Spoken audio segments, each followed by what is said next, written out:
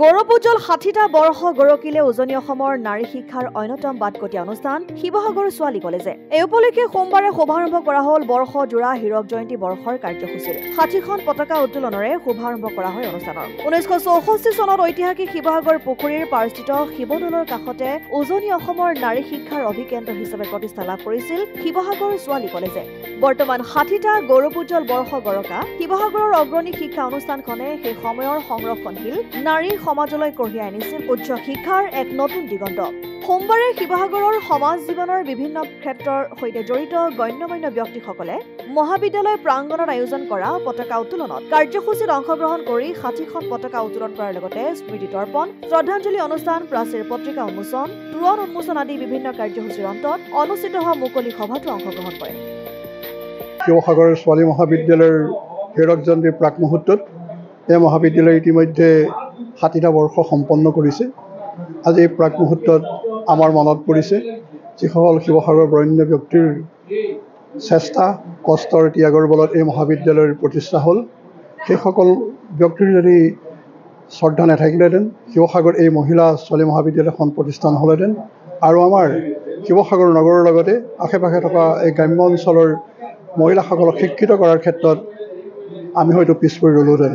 যা হওক, আজি আমি সগৌৰৱে ঘোষণা কৰিছোঁ আৰু আমাৰো সৌভাগ্য যে আমি এটা নিৰ্দিষ্ট সময়ত আমি পৰিচালনা সমিতিৰ সভাপতি হিচাপে এই মহাবিদ্যালয়ৰ দায়িত্ব গ্ৰহণ কৰিছোঁ।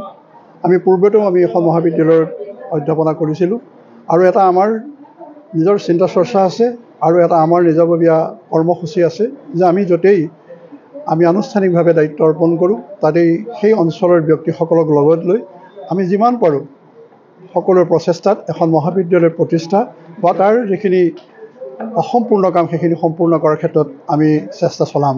আৰু এই মহাবিদ্যালয় আহি এটা অনুভৱ হৈছে প্ৰত্যেকৰে মনত এটা আপোন ভাৱ, ছাত্ৰীসকলৰ মনত এটা জাগ্ৰত অধ্যয়নশীল মনোভাৱ, শিক্ষকসকলৰ কৰ্মপ্ৰেৰণা, কৰ্মচাৰীসকলৰ একাত্মবোধ, এইখিনিয়ে কিন্তু মহাবিদ্যালয়খনৰ উন্নতিৰ ক্ষেত্ৰত যথেষ্ট সকাহ আগবঢ়াব।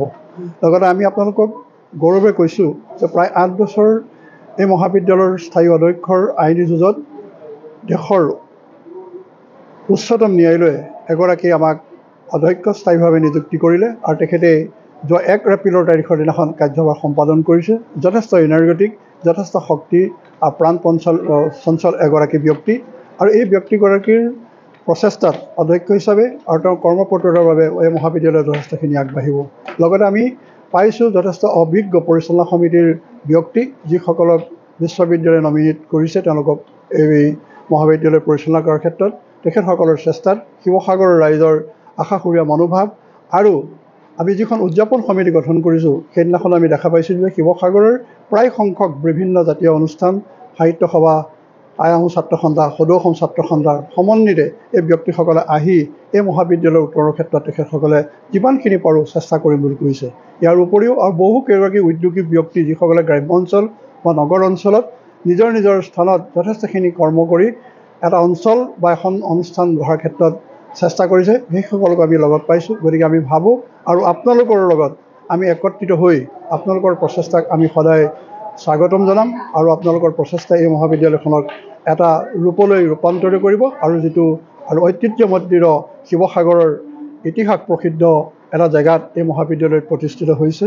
আমাৰ ইফালে আধ্যাত্মিক চিন্তা চৰ্চা, আনফালে আমাৰ অধ্যয়নশীল এক অনুষ্ঠান ইয়াত গঢ়িত হৈছে। গতিকে আমি ভাবোঁ এই দুয়োটাৰ সমন্বিত প্ৰচেষ্টাৰ একাত্মকভাৱেৰে এই মহাবিদ্যালয়খন যথেষ্ট আগবাঢ়ি যাব।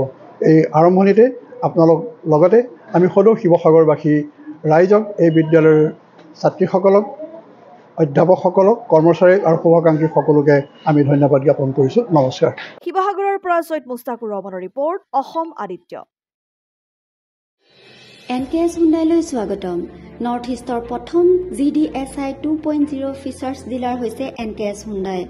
অত্যাধুনিক সা সুবিধাৰে তৈয়াৰী মষ্ট আপডেটেড হুণ্ডাই ডিলাৰ এতিয়া ডিব্ৰুগড়ত।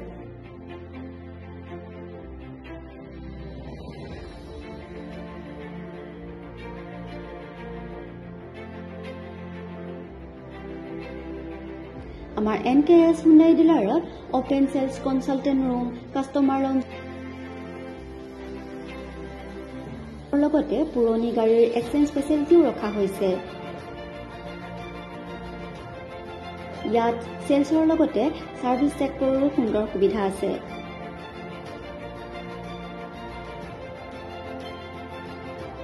প্ৰয়োজনীয় সকলো এডভান্স টুলছ, হুইল বেলেন্সিং, এলাইনমেন্টৰ অত্যাধুনিক machine, 2 post hydraulic lift, fully train man পাৱাৰৰ লগতে নাইট্ৰজেন গেছ ফিলিং ফেচিলিটি,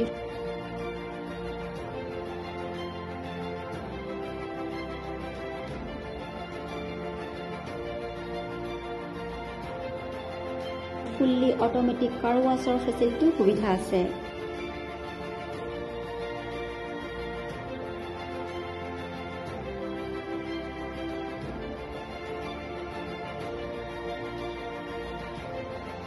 আৰু লগতে এনকেএছ হুণ্ডাই ডিলাৰে কাষ্টমাৰসকলৰ সুবিধাৰ বাবে মোবাইল ছাৰ্ভিচ ভেনৰো ব্যৱস্থা ৰাখিছে, য'ত হাইড্ৰলিক লিফ্ট, ৱাশ্বিং facility, wheel balancing, tyre pressure check কৰাৰ লগতে বহুখিনি সুবিধাই উপলব্ধ আছে।